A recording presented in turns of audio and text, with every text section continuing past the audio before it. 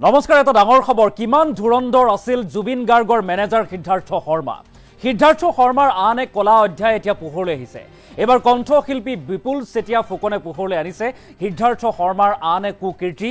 জুবিন গাৰ্গে ভালপোৱা জ্যেষ্ঠ কণ্ঠশিল্পীৰ পৰাও ধন লুটিছিল সিদ্ধাৰ্থ শৰ্মাই। সিদ্ধাৰ্থ শৰ্মাই বিপুল চেতিয়া ফুকনক দিব লাগিছিল 50,000কৈ টকা, কিন্তু তাৰ বিপৰীতে বিপুল চেতিয়া ফুকনক সিদ্ধাৰ্থ শৰ্মাই দিছিল কেৱল মাত্ৰ 5,000 টকাহে।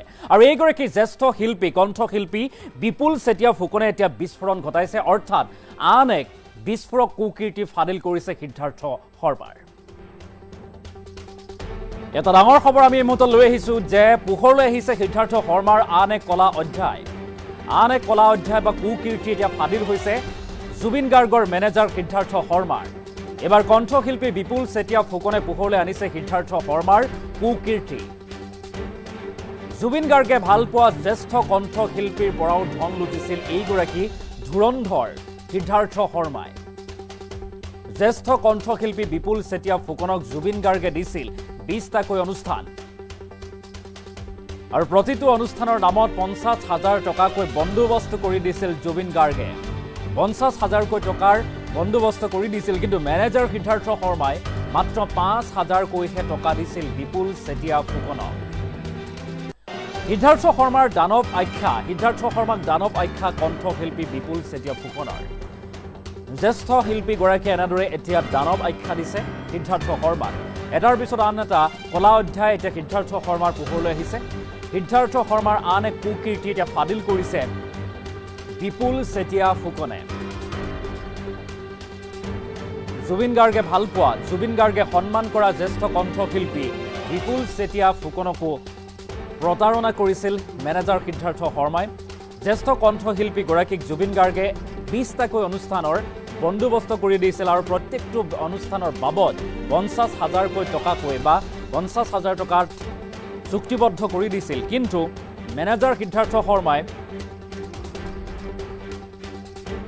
5,000কৈহে টকা দিছিল, 5,000কৈহে টকা দিছিল কণ্ঠশিল্পী বিপুল চেতিয়া ফুকনক। আৰু এইগৰাকী জ্যেষ্ঠ কণ্ঠশিল্পী বিপুল চেতিয়া ফুকনে এতিয়া সিদ্ধাৰ্থ শৰ্মাক দানৱ আখ্যা দিছে। কি বিস্ফোৰণ ঘটাইছে বা কি বিস্ফোৰক অভিযোগ আনিছে, মন্তব্য আমাৰ সৈতে আছে, আমি সেই মন্তব্য শুনাব বিচাৰিছোঁ। এনেকুৱা মানে জুবিনৰ মই গৈ থাকোঁ, জুবিন আহিলে আৰু গৰিমা আহিলে আমাৰ ঘৰলৈ দেই, জুবিনটো আহিয়ে থাকে। কিন্তু জুবিনে ক'ল যে গুৰুজী, মোক গুৰু বুলি কয় জুবিনে, যে আপোনাক 50,000কৈ পাৰ পেণ্ডেল দিম দেই, কিন্তু সিদ্ধাৰ্থই মোক 20টা পেণ্ডেলত 5,000হে দিলে, 45,000কৈ খাই পেলালে। জুবিন গাৰ্গে জানিছিল নাই কথা? নাজানিলোঁ নহয়, মই ক'বলৈ নাপালোঁ কথা। কিমানটা পেণ্ডেল আপুনি? 20টা কৰিলোঁ।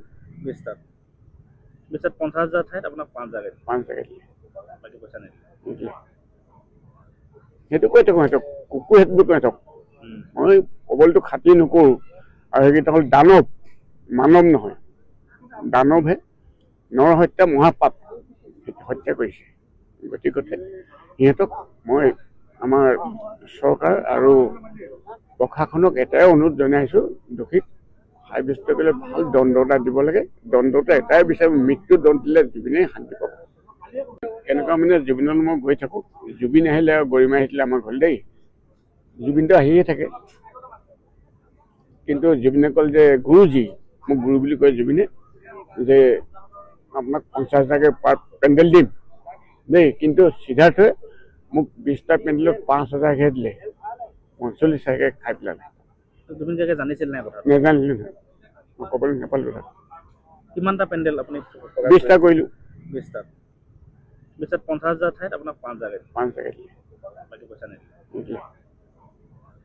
সেইটো কৈ থাকোঁ, সিহঁতক কুকুৰ সেইটো কৈ থাকক, মই কবলটো খাতি নকৰোঁ।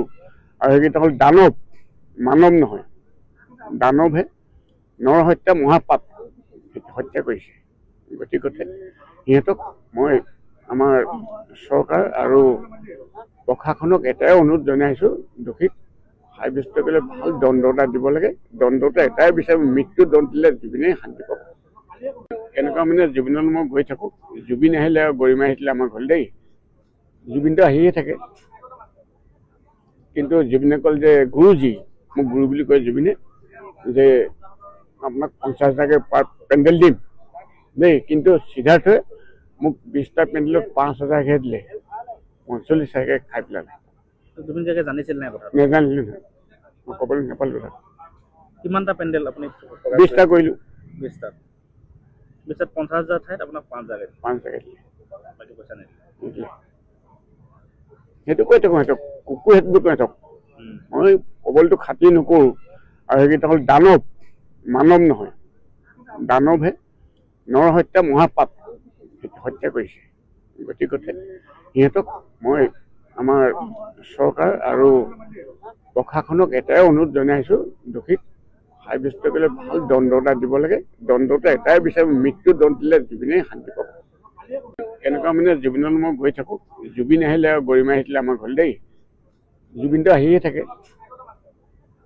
কিন্তু জুবিনে ক'ল যে গুৰুজী, মোক গুৰু বুলি কয় জুবিনে, যে আপোনাক 50,000কে পাৰ পেণ্ডেল দিম দেই, কিন্তু সিদ্ধাৰ্থই মোক 20টা পেণ্ডেলত 5,000কে দিলে, 45,000কে খাই পেলালে। জুবিন গাৰ্গে জানিছিল নাই কথা? নেজানিলোঁ নহয়, মই ক'বলৈ নাপালোঁ। কিমানটা পেণ্ডেল আপুনি? 20টা কৰিলোঁ। 20টা 50,000 ঠাইত আপোনাক 5,000কে দিলে। 5,000কে দিলে। বাকী পইচা নিদিলে।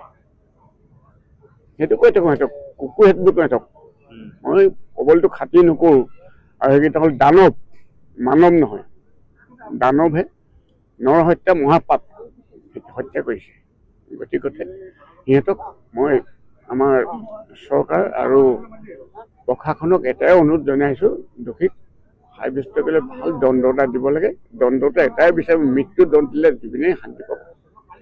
এনেকুৱা মানে জুবিনত মই গৈ থাকোঁ, জুবিন আহিলে আৰু গৰিমা আহিলে আমাৰ ঘৰলৈ দেই, জুবিনটো আহিয়ে থাকে। কিন্তু জুবিনে ক'ল যে গুৰুজী, মোক গুৰু বুলি কয় জুবিনে, যে আপোনাক 50,000কে পাৰ পেণ্ডেল দিম দেই, কিন্তু সিদ্ধাৰ্থই মোক 20টা পেণ্ডেলত 5,000কে দিলে, 45,000কে খাই পেলালে। জুবিন গাৰ্গে জানিছিল নাই কথা? নেজানিলোঁ নহয়, মই ক'বলৈ নাপালোঁ। কিমানটা পেণ্ডেল আপুনি? 20টা কৰিলোঁ। 20টা 50,000 ঠাইত আপোনাক 5,000কে দিলে। 5,000কে দিলে। বাকী পইচা নিদিলে। সেইটো কৈ থাকোঁ সিহঁতক, কুকুৰ সেইটো কৈ থাকক। মই কবলটো খাতি নকৰোঁ, আৰু সেইকেইটা হ'ল দানৱ, মানৱ নহয়। দানৱহে, নৰহত্যা মহাপাপ হত্যা কৰিছে। গতিকে সিহঁতক মই আমাৰ চৰকাৰ আৰু প্ৰশাসনক এটাই অনুৰোধ জনাইছোঁ, দোষীক সাব্যস্ত কৰিলে ভাল দণ্ড এটা দিব লাগে।